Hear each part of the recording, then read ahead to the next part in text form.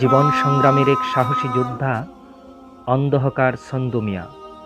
প্রতিবন্ধী এই মানুষটি যাচনার হাত না বাড়িয়ে কর্মযজ্ঞের মাধ্যমে সম্মানের জীবন বেছে নিয়েছেন।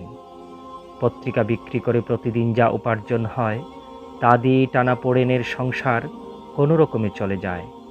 এই সংগ্রামী মানুষটির প্রতি রইল সশ্রদ্ধ সালাম ও নিরন্তর ভালোবাসা।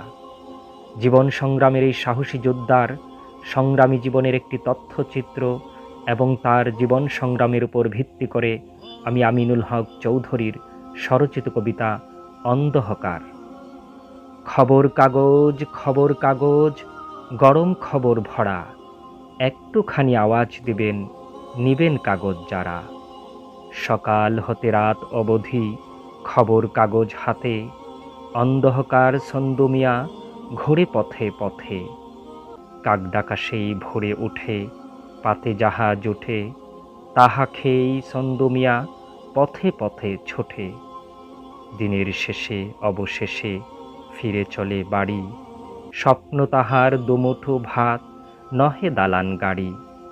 যাচনার হাত অসম্মানের, কর্মে আছে মান, অন্ধ হয়েও কর্ম করে, চাহে না কারো দান।